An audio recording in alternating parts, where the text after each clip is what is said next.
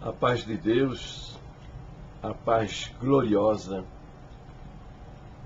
de Deus, sempre, sempre no precioso nome de nosso Senhor Jesus Cristo, né? Então, querida irmandade, eu creio que vocês já estenderam este meu recado, que o nome de Deus não pode vir sozinho, tá? Não pode vir sozinho, tá bom? Por que não pode vir sozinho? Porque o nome de Deus é um nome genérico, meu filho. Quando você fala Deus, você está falando qual Deus? Qual Deus? Porque a Bíblia diz, né? A palavra de Deus, aliás, Deus falou isto para Moisés, né? Deixou isso claro para Moisés, que há muitos deuses, né? E mandou que Moisés, ó, olha aí, vamos, viu? Ó, presta atenção. E mandou que Moisés, olha, registrasse, entendeu? Escrevesse, tá?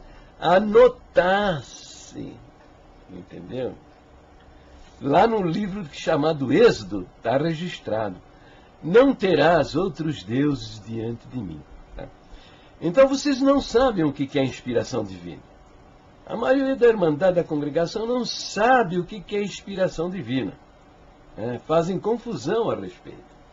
Nenhum ministro, nenhum ministério sabe. Mas são relaxados, negligentes com as verdades de Deus reveladas nas Escrituras, e aí são enganados facilmente pelo diabo. E não sabem o que é inspiração. Eles pensam, muitos deles pensam que tudo que está lá registrado, tá? Entendeu? Tem partes que é inspirada por Deus e tem partes que não é inspirada por Deus. Por exemplo, as falas do diabo, né? As falas do malfeitor. Não, Deus não inspirou as falas do diabo. E nem inspirou o malfeitor falar suas maldades. É absoluto. Deus inspirou o autor do livro, né? Olha, registrar, entendeu? Registrar, escrever, anotar, entendeu? Aquilo que, evidentemente, o autor até nem viu. Entendeu? O autor nem viu. Então, por exemplo, vou dar um exemplo. Uma conversa que eu tive com um ancião da congregação. Olha, imagina, um líder, né? Ancião. Ele disse para mim: irmão Jair, eu sei por que os irmãos mudaram o primeiro ponto de doutrina, dizendo que contém a Bíblia contém a palavra de Deus. Falei: muito bem, então por favor fala para mim, que eu não estou querendo saber. Ele falou: mas falou, olha, sabe aquele cara que acha que está falando a maior verdade do mundo? Falou todo empolgado: você acha, irmão Jair, que Deus ia inspirar o diabo dizer a Jesus lá no deserto: tudo isso será teu, se prostrado me adorares? Entendeu? E eu respondi para ele, mas ele estava se referindo, né, ao episódio da tentação de Jesus lá no deserto, que você lê no capítulo 4 de Mateus. Não é mesmo? Você lê lá, no capítulo 4 de Mateus. Você lê, veja. Vou pegar aqui para você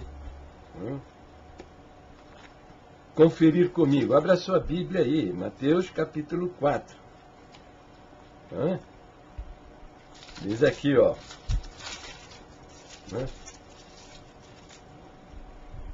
A tentação de Jesus. Então foi conduzido Jesus pelo Espírito ao deserto para ser tentado pelo diabo. E tendo jejuado 40 dias e 40 noites, depois teve fome. E chegando-se a ele o tentador, disse: se tu és o Filho de Deus, manda que estas pedras se tornem em pães. Ele, porém, respondendo, disse: está escrito, nem só do pão viverá o homem, mas de toda a palavra que sai da boca de Deus. Então o diabo o transportou à cidade santa e colocou-o sobre o pináculo do templo e disse-lhe: se tu és o Filho de Deus, lança-te daqui abaixo, porque está escrito: aos seus anjos darás ordens a teu respeito, e tomar-te-ão nas mãos, para que não tropeces em alguma pedra. Disse-lhe Jesus: também está escrito: não tentarás ao Senhor teu Deus. Novamente, o transportou o diabo a um monte muito alto e mostrou-lhe todos os reinos do mundo e a glória deles. E disse-lhe: tudo isto te darei, se prostrado me adorares. Então disse-lhe Jesus: vai-te, Satanás, porque está escrito: ao Senhor teu Deus adorarás, e só a ele darás culto. Então o diabo o deixou, e eis que chegaram os anjos e o serviram. Então, era esse episódio lá de Mateus 4, que o ancião disse: você acha, irmão Jair, que Deus ia inspirar o diabo dizer a Jesus: tudo isso te darei se prostrado me adorares? Entendeu? E eu respondi: mas não, meu irmão, o que é isso? O Senhor Deus não inspirou, o Espírito Santo não inspirou o diabo dizer o que quer que seja. O diabo é falastrão. Ele deve ter falado ainda muito mais do que isso, entendeu? Deus inspirou Mateus, autor do Evangelho de Mateus, escrever este episódio, para o nosso conhecimento. Inspirou o que? A escrita desse fato, o relato desse fato, para o nosso conhecimento, para a nossa informação, para a gente saber quem é o nosso adversário, como é que ele atua, como é que é a maneira dele agir, entendeu? E o testemunho do nosso Senhor Jesus Cristo diante desse episódio, não é isso? Então, veja, inspiração é isso. Deus, na sua revelação, na revelação da sua palavra, ele não foi uma possessão, sabe? Como você vê na macumbaria, no espiritismo, que esses homens ficaram assim inconscientes tal, e foram escrevendo. Nada, em absoluto, nada. Foi algo muito espontâneo e livre.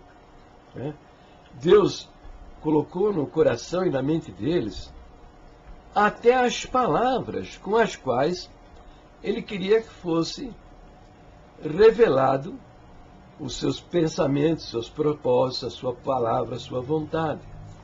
E veja que glorioso isso.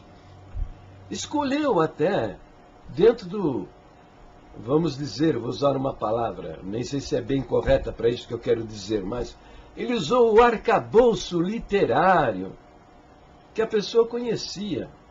Você sabe, né? Uma criança de 4, 5 anos, ela conhece, por exemplo, 5.000 palavras. Um adulto, 20, 30 anos, conhece 50.000 palavras. Uma pessoa estudada, bem versada, conhecedor, conhece 500.000 palavras diferentes. Existem pessoas que são um dicionário ambulante.